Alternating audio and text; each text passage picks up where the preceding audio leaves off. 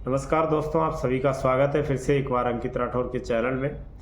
और आज हम बात करेंगे जो रिसेंटली अभी 23 जुलाई 2024 को बजट के जो नए रूल्स आए हैं उनके बारे में। ठीक है, कि उनसे इंश्योरेंस पर्सन को कितना फ़र्क पड़ेगा। जो भी लोग इंश्योरेंस करा के बैठे हुए हैं या फिर जो भी इंश्योरेंस कर रहे हैं तो उनके कमीशन पे क्या टैक्स डिडक्शन होगा या कितने परसेंट का होगा और कब से लागू होगा। ठीक है, तो वो सारी चीज़ें इस वीडियो में कवर करने वाला हूँ। आपका ज़्यादा टाइम ना खराब करते हुए वीडियो को हम स्टार्ट करते हैं।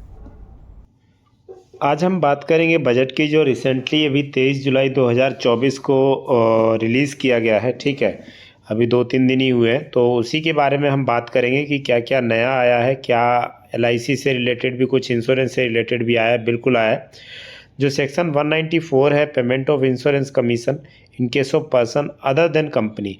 अगर कोई कंपनी इंश्योरेंस पर्सन का जो कमीशन है वो अगर कोई कंपनी किसी को दे रही है तो उसी के ऊपर बात की गई है। अभी प्रेजेंट में जो TDS कट के कमीशन आता था वो 5% था, बट जो प्रपोज्ड TDS रेट रखा गया है वो 2% का रखा गया है। ठीक है, और ये जो है ये लागू कब से होगा? ये 1/4/2025 से लागू होगा, ना कि 2024 से। ठीक है, तो ये काफ़ी अच्छी बात है। जो भी पर्सन इंश्योरेंस में काम करते थे एज ए एजेंट और उनको जो कमीशन मिलता था टिल द टाइम उनका 5% डिडक्ट होता था, लेकिन अभी क्या होगा? 2% ही डिडक्ट होगा। ठीक है, इस चीज़ को आप ध्यान रखेंगे। और ये कौन से सेक्शन के अंडर में आता है? सेक्शन 194D के अंडर में आता है। ठीक है, आप चाहे आप किसी भी कंपनी से हो, किसी भी कंपनी का इंश्योरेंस कर रहे हो, अगर उस कंपनी से कमीशन मिल रहा है तो उसका मतलब है आपको जो है क्या कहते हैं 5% की जगह 2% ही डिडक्ट होगा, लेकिन वो कब से होगा? अप्रैल 2025 से। ठीक है, उसके बाद अगर हम बात करें 194 जो वर्ड डज सेक्शन 194D से है वो क्या कहता है? तो जो टैक्सेबल अमाउंट है, अगर आपका कमीशन 1 साल के अंदर 15,000 तक होता है, 15,000 से ऊपर होता है तो आप एलिजिबल हैं TDS कटाने के लिए। ठीक है, अगर 15,000 से कम है आपका कमीशन पूरे साल भर में तो आपका कोई टैक्स डिडक्शन नहीं होगा। ठीक है, वहाँ पे आपका कोई भी टैक्स डिडक्ट नहीं किया जाएगा। इस चीज़ का भी आपको ध्यान रखना है। ठीक है, क्योंकि वहाँ पे क्या होता है कि अगर पर्सन को कमीशन 15,000 से कम मिला है तो वो टैक्स के क्राइटेरिया में नहीं आता है और इसी वजह से उसका जो टैक्स डिडक्शन है वो बच जाएगा, कोई भी टैक्स नहीं काटा जाएगा। ठीक है, बाकी हम अगर बात करें section 194DA payment in respect of life insurance policy, जिस पर्सन की भी इंश्योरेंस पॉलिसी है उसका भी टैक्स डिडक्शन होता है, बिल्कुल होता है। ठीक है, उसके बारे में भी इस सेक्शन में बात करेंगे कि कैसे क्या समझ में आएगा।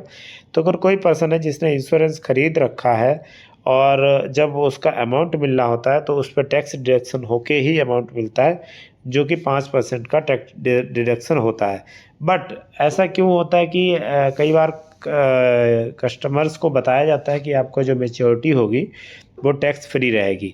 तो उसका ये रीज़न होता है कि अगर आपकी जो पॉलिसी है वो not exempt under section 1010D, अगर 1010D के अंदर नहीं आती है तो ही आपका टैक्स डिडक्शन होगा, अदरवाइज आपका कोई भी टैक्स डिडक्ट नहीं किया जाएगा। ठीक है, अगर आपकी जो पॉलिसी है वो अंडर सेक्शन 194DA के मुताबिक एग्जेम्प्ट अंडर नहीं आती है, ठीक है, तो आपका टैक्स डिडक्शन होगा। अगर अंडर 10DD के अंडर में है तो आपका कोई भी टैक्स डिडक्ट नहीं किया जाएगा। और उसके बाद इसमें जो टैक्स डिडक्शन होगा वो 2% का होगा और 1/10/2024 से इसको लागू कर दिया जाएगा। ठीक है, तो इस चीज़ को भी आपको ध्यान रखना है कि आपका ये वाला जो टैक्स है, जो भी जिसने भी इंश्योरेंस करा रखा है वो किस क्राइटेरिया में आता है, तब उसका जो मैच्योरिटी का अमाउंट होता है उस पर टैक्स डिडक्ट किया जाता है। तो मैंने आपको 2 सेक्शन जो थे वो समझाए, 194D जो कि लागू होगा 1/4/2025 से और 194DA जो लागू होगा 1/10/2024 से। ठीक है, तो इस चीज़ को आप समझें और आपको ध्यान रखना है, अगर आप कोई ITR फिल कर रहे हैं तो उसमें आप इसको डाल सकते हैं, तो आपका जो पैसा है वो रिटर्न भी आ जाएगा।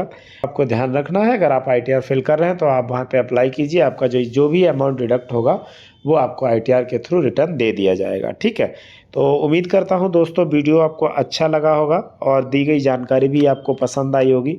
तो प्लीज़ चैनल को लाइक शेयर सब्सक्राइब करना बिल्कुल ना भूलें और जितना ज़्यादा हो सके उतना ज़्यादा चैनल को शेयर करें और कमेंट ज़रूर करें कि वीडियो कैसा लगा और जो भी चीज़ें मैंने बताई हैं वो समझ में आई हैं या नहीं आई है। ठीक है,